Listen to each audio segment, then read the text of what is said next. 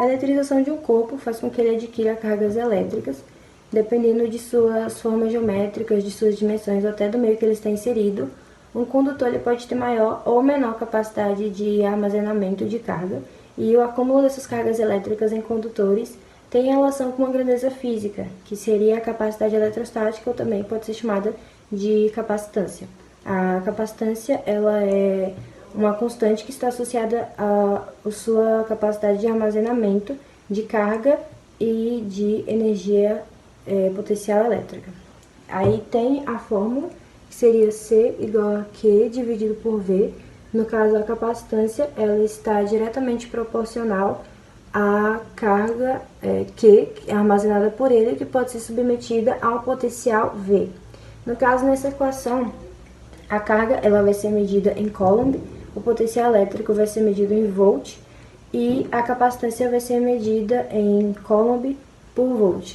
Então, em um condutor qualquer, a carga que ele pode armazenar e o seu potencial elétrico são grandezas diretamente proporcionais. Então, os capacitores esféricos, como vocês podem ver aqui nas fotos, no vídeo, eles são constituídos por duas esferas condutoras, que são metálicas e concêntricas. Bom, em geral, a interna, que é essa aqui, que no caso vai ter raio RA, ela vai ser carregada com o que mais? Que vocês podem perceber aqui, o maisinho aqui. E a externa, no caso é RB, onde vai ser encontrada aqui a parte como se fosse quebradinha, ela vai ser a carga carregada menos que.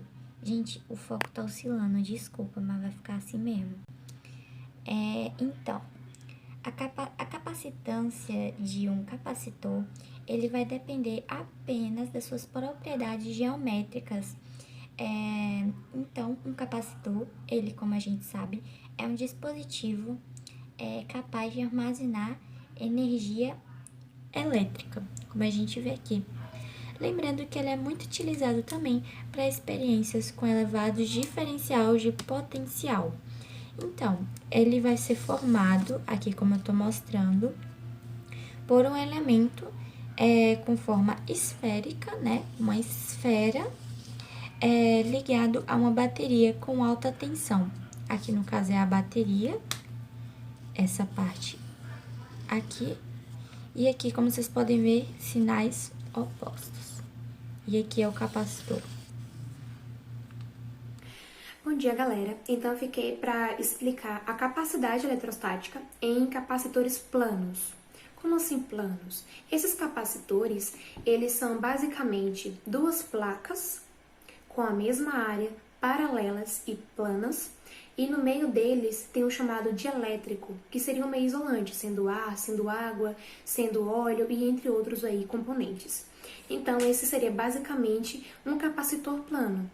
Então, já que um capacitor ele tem essa questão de placas planas, tem o dielétrico no meio, que seria o meio isolante, então o cálculo para poder chegar à capacitância de um capacitor plano é basicamente a gente fazer o produto entre o isolante, né, entre a constante do isolante, tanto que no vácuo e no ar, que provavelmente são os mais utilizados, seria 8,85 vezes 10 a menos 12, seria o produto entre essa constante isolante com a área e a razão desse produto com a distância entre as placas. Então, essa seria a nossa fórmula de cálculo, que seria aí a partir de área, distância e meio isolante. Basicamente, é o que nós temos.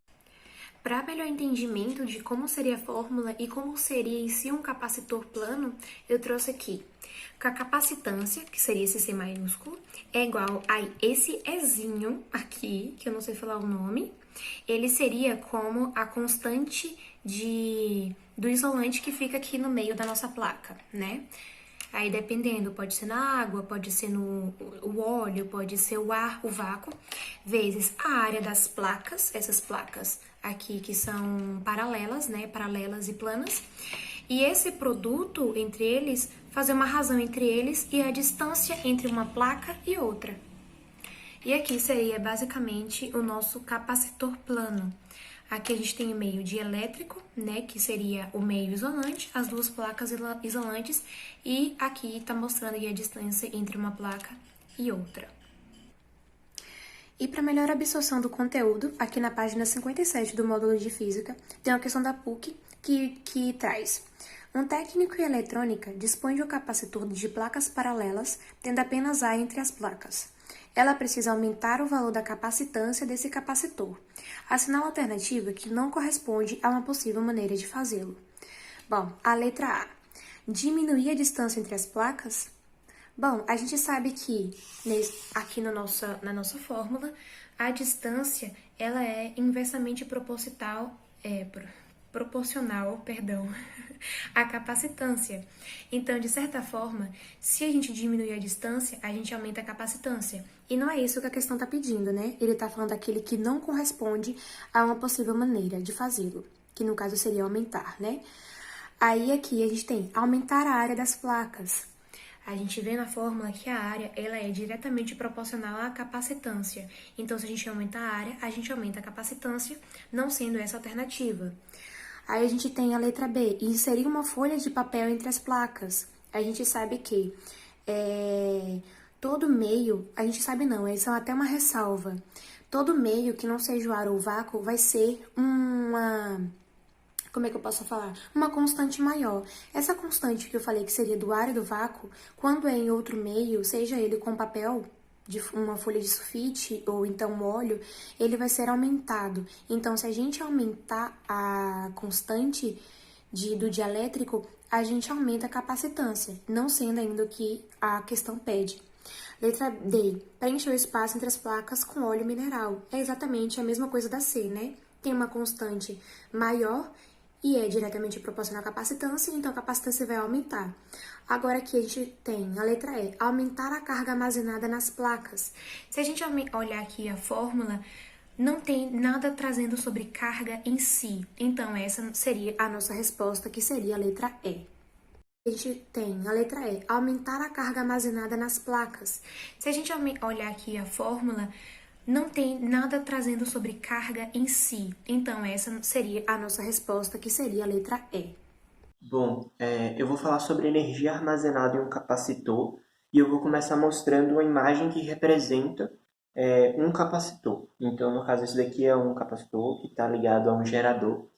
E o que seria de fato esse capacitor seria essa porção de cima aqui, em que tem essas duas regiões, que são os terminais. Dá para perceber que cada um deles tem um Q com uma carga diferente, então esse daqui é o positivo e esse é o negativo. Então, a existência dessas cargas com sinais opostos, como a gente já viu, essas cargas com sinais opostos se atraem, e isso vai possibilitar com que esse capacitor consiga armazenar carga e, consequentemente, também liberar mais carga. E nesse caso, esse capacitor está ligado a um gerador que vai funcionar como uma fonte. Então, isso vai possibilitar que esse capacitor consiga se recarregar, então, para fazer com que ele possa ser utilizado novamente. E aí, para analisar essa questão da energia armazenada nesse capacitor, a gente vai ter que voltar para algumas coisas que foram abordadas anteriormente, como a capacidade eletrostática. Então, essa capacidade vai estar relacionada aí à carga, né? E também a um potencial, que no caso é sobre esse capacitor, que no caso vai sair aqui do gerador. Então, só que além disso, além dessa quantidade de carga e dessa tensão, a gente também vai ter uma questão de proporcionalidade com uma área de um gráfico.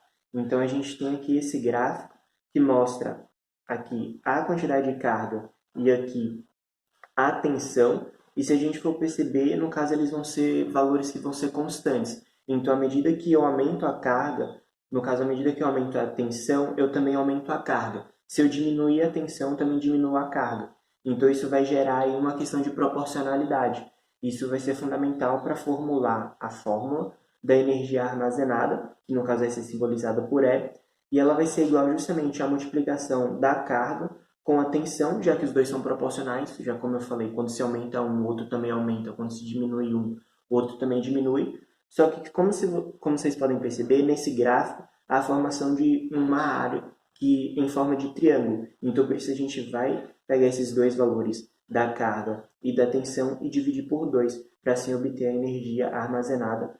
E também, normalmente, esse E também pode vir acompanhado. Esse E grande com uns símbolos menores, que no caso seria o PE, que simboliza a energia potencial elétrica. Mas no caso é a mesma forma. A associação de capacitores tem como função armazenar uma quantidade de energia específica para uma finalidade específica. Ela pode ser dividida basicamente em 3 tipos, em série, paralelo e mista. Na associação em série, os capacitores vão se ligar da seguinte maneira: uma parte negativa de um capacitor vai se ligar a uma parte positiva de outro capacitor e assim sucessivamente formando circuito. Isso faz com que todos os capacitores tenham a mesma carga de associação, ou seja, Q constante. Quando a gente vai definir a capacitância, nós temos que o inverso do valor da capacitância é igual à soma dos valores dos inversos de cada um dos capacitores. Na associação paralela, as partes negativas dos capacitores vão ligar-se entre si, da mesma forma que as partes positivas dos capacitores vão ligar-se entre si. Nesse caso, todas as placas têm a mesma diferença de potencial, dpp, portanto, V constante. E para a gente calcular o valor dessa associação, é simples, nós simplesmente somamos o valor da capacitância de cada um dos capacitores presentes no circuito. E na associação mista você vai ter capacitores se ligando tanto em série quanto em paralelo. E por isso o cálculo ele deve ser feito em partes. Primeiro você calcula a associação em paralelo e depois você calcula a associação em série. Sobre a questão dos resistores e o que seriam os resistores? Os resistores, além de ter a função de transformar energia elétrica em energia térmica, no chamado efeito Joule, ele também tem a função de diminuir a corrente elétrica, porque já vem do próprio nome, resistor vem de resistência, tanto que essa questão de resistor, essa diminuição da corrente elétrica é chamada de resistência nas grandezas físicas, né? Então é um R maiúsculo.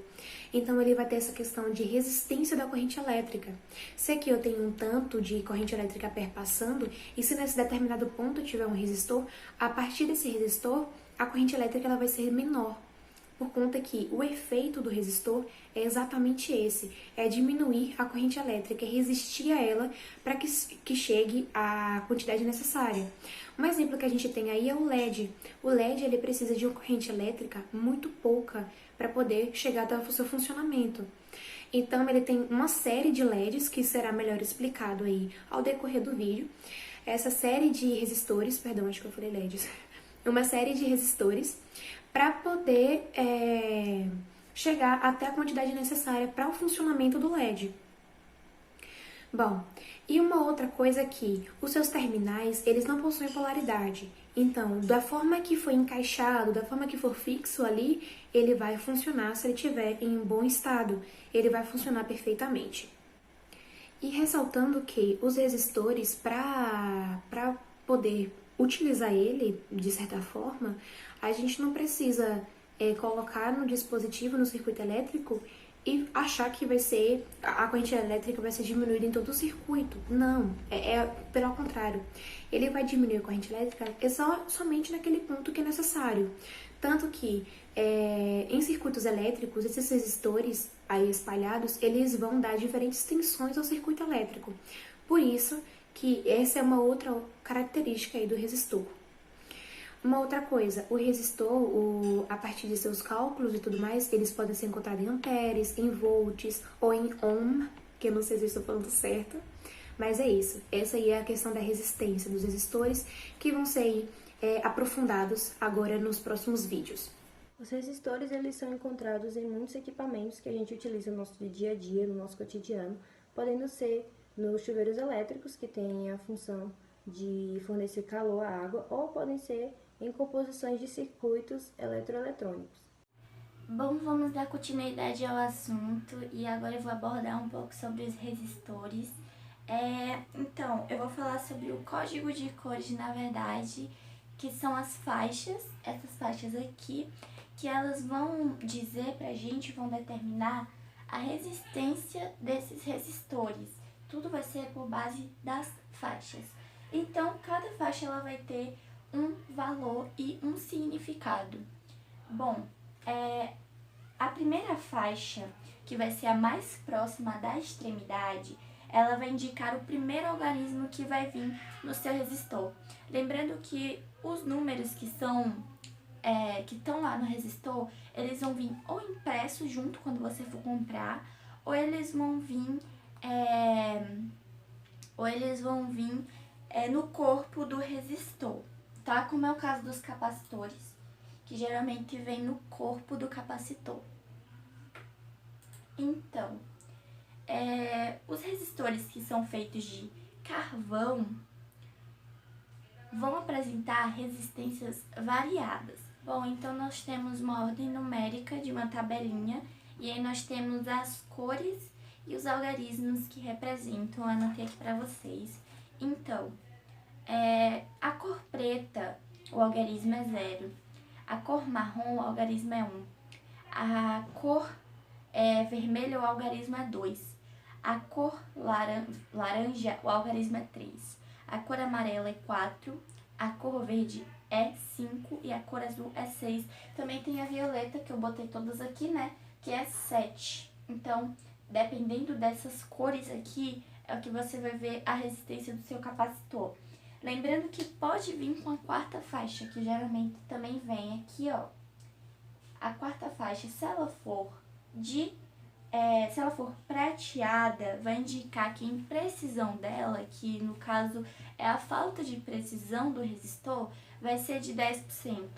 E se for dourada, vai implicar a dizer que é 5% de imprecisão, que dá pra ver aqui, ó, 5% de ouro e 5% de prata, vai estar aparecendo aqui na tela. Aqui, por exemplo, na marrom, mais 1%, na vermelha, mais de 2%, e também tem o coeficiente de temperatura, que vai vir em ppm por graus Celsius, assim como nos capacitores que vai vir em graus Celsius. Então, o valor da resistência é de 2.700.000. E com isso, né, esse valor tem tolerância de 5%, no caso de resistência. Agora vamos para os capacitores. Vou explicar melhor aqui as faixas para vocês, vai estar aparecendo como eu falei aqui. Então vamos lá, temos as cores que eu falei. Aí a primeira faixa, que vai dizer, no caso, que é a mais próxima da extremidade e que vai dizer o primeiro algarismo do valor da resistência, está aqui. Todas as faixas têm o mesmo valor, até a terceira, claro. A segunda faixa, ela vai indicar o segundo algarismo do valor da resistência. E a terceira faixa, ela vai indicar o número de zeros que vai vir antes desses algarismos, que devem ser acrescentados nos algarismos anteriores. Então, a primeira faixa vai vir um valor de cada cor correspondente. Na segunda e na terceira também vai vir com a cor correspondente. Já na quarta faixa, nós vamos ter a faixa multiplicativa, que no caso vai ser a dos zeros que eu falei. Por exemplo, na faixa marrom vai ser um 0, que tem a quinta faixa de tolerância de 1%. Já na vermelha vai vir 2 zeros, que tem tolerância de 2%. E aí é só vocês seguindo a tabelinha que você já consegue encontrar a cor correspondente, o número de algarismos, no caso na faixa, a faixa multiplicativa, a tolerância e a temperatura que o seu resistor vai aguentar. Então vamos lá para o capacitor. Bom, a unidade de medida que vamos usar no capacitor chama-se farads. E como esses farads eles são muito grandes, vai ser quase impossível, não é que é impossível, mas vai ser quase impossível você achar um capacitor de 1 farad. Bom, vamos ter aí os capacitores eletrolíticos e os comuns, que eu vou estar explicando para vocês cada um. Bom, os capacitores eletrolíticos, eles vão utilizar o que nós chamamos de microfarad, que é muito diferente dos capacitores comuns, que vão ter 3 tipos de medida. No capacitor eletrolítico, a gente só vai ter a microfarad, que no caso é o Uzinho e o F, como vai estar aparecendo aqui. Bom, o microfarad, ele vai ser o mesmo que 1 farad por 1.000.000. E a tensão de trabalho dos capacitores eletrolíticos já vai vir em volts, que é V. O coeficiente de temperatura, como eu falei antes, ele é dado em graus Celsius. Isso que eu falei, você vai ler no corpo das eletrolíticas. Aqui, por exemplo, vou botar aqui. Como eu falei, você vai ver no corpo, vai estar aparecendo essa mesma imagem aqui. Então, 1000 UF, como eu falei, é um microfarad, então já dá pra gente ver que é, né? 1 farad, 1000 farad, 50 volts. Tudo no corpo do seu capacitor. O capacitor ele é como se fosse uma pilha, como se fosse. Bom, nos comuns, como nós sabemos, eles não são polarizados. Vamos ter, no caso, 3 unidades: microfarad, picofarad, nanofarad. Cada uma vai ter a sua especificação. A relação entre essas 3 vai ser de 1000. Dessas 3 unidades, no caso, vai ser de 1000. Dependendo do número que vem no corpo, do seu capacitor, é o que você vai interpretar sobre ele. Tudo depende do número que vir lá. Então, por exemplo, se o corpo tiver um número menor que 1, ele vai ser um capacitor que está em microfarad. Por quê? Porque microfarad vai ser um valor menor que 1. Se vier lá 0,5, está em microfarad. Se for maior que 1, vai estar em picofarad, porque picofarad é um valor maior que 1. E se for um número 1 e tiver N depois desse algarismo, vai estar em nanofarad, porque ele vai ter esse N no final da sua leitura. Então, quando tiver esse N no final, ele vai estar em nanofarad. Falando agora sobre o rheostat, no caso, esse aqui é um esquema que representa ele, então isso lembra bastante a questão dos resistores, só que é diferente, que Cauchy falou, só que diferentemente vai ter tipo uma setinha indicando. Então, a representação é bem semelhante, porque no caso os rheostats são muito semelhantes a resistores, na verdade eles são tipos específicos de resistores, só que o que vai diferenciar eles dos resistores normais, digamos assim, é que eles vão apresentar uma resistência variável.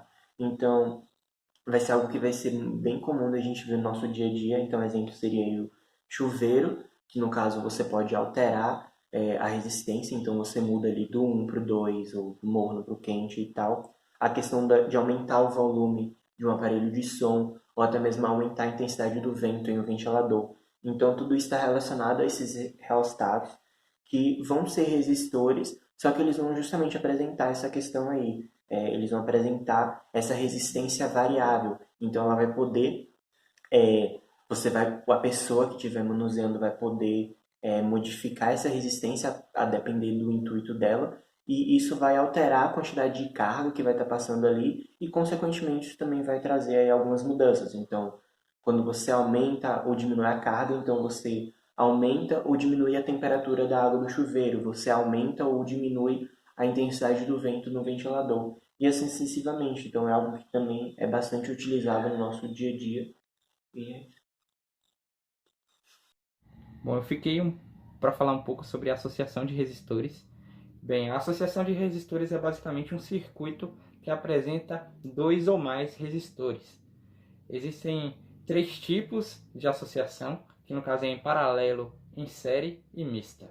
Quando a gente analisa um circuito que tem a presença aí de vários resistores, a gente vai conseguir determinar uma coisa chamada, um valor de uma coisa chamada resistência equivalente, que no caso seria o valor de uma resistência que sozinha seria capaz de substituir todas as outras sem que fossem alteradas as demais grandezas que estão associadas a esse circuito. Bom, para calcular a tensão que cada um dos terminais desses resistores está submetido, a gente vai aplicar a primeira lei de Ohm, que diz que U é igual a R vezes I, sendo que U é o DDP, que é o diferencial de potencial elétrico, que está medido em volts, R é a resistência, medida em ohm, e I é a intensidade da corrente elétrica, que é medida em ampere. Na associação em série, os resistores eles são colocados em sequência. Isso faz com que a corrente elétrica ela seja mantida ao longo do circuito, enquanto a tensão elétrica vai sofrer uma variação. É possível, então, a gente concluir aí que a resistência equivalente ela vai ser a soma de todas as outras resistências. No caso, REC é igual a R1 mais R2 e mais Rn, que no caso seria a quantidade de resistências aí que tiver. Se tiver 1000 resistências, vai ser a soma das 1000 resistências. Se tiver 2 resistências, vai ser a soma das 2 resistências. Na associação em paralelo, todos os resistores estão submetidos a uma mesma diferença de potencial, sendo a corrente elétrica distribuída entre os ramos do circuito. Assim, o inverso da resistência equivalente ela é igual à soma dos inversos de cada um dos resistores presentes no circuito. Quando os valores dos resistores desse circuito forem iguais, nós podemos definir a resistência equivalente como a divisão entre o valor de um resistor sobre a quantidade de resistores presentes dentro desse circuito. Na associação mista, os resistores eles são ligados tanto em paralelo quanto em série. Então, para a gente calcular, é basicamente a gente descobrir o valor dele associado em série e depois nós somamos ao valor dele associado em paralelo.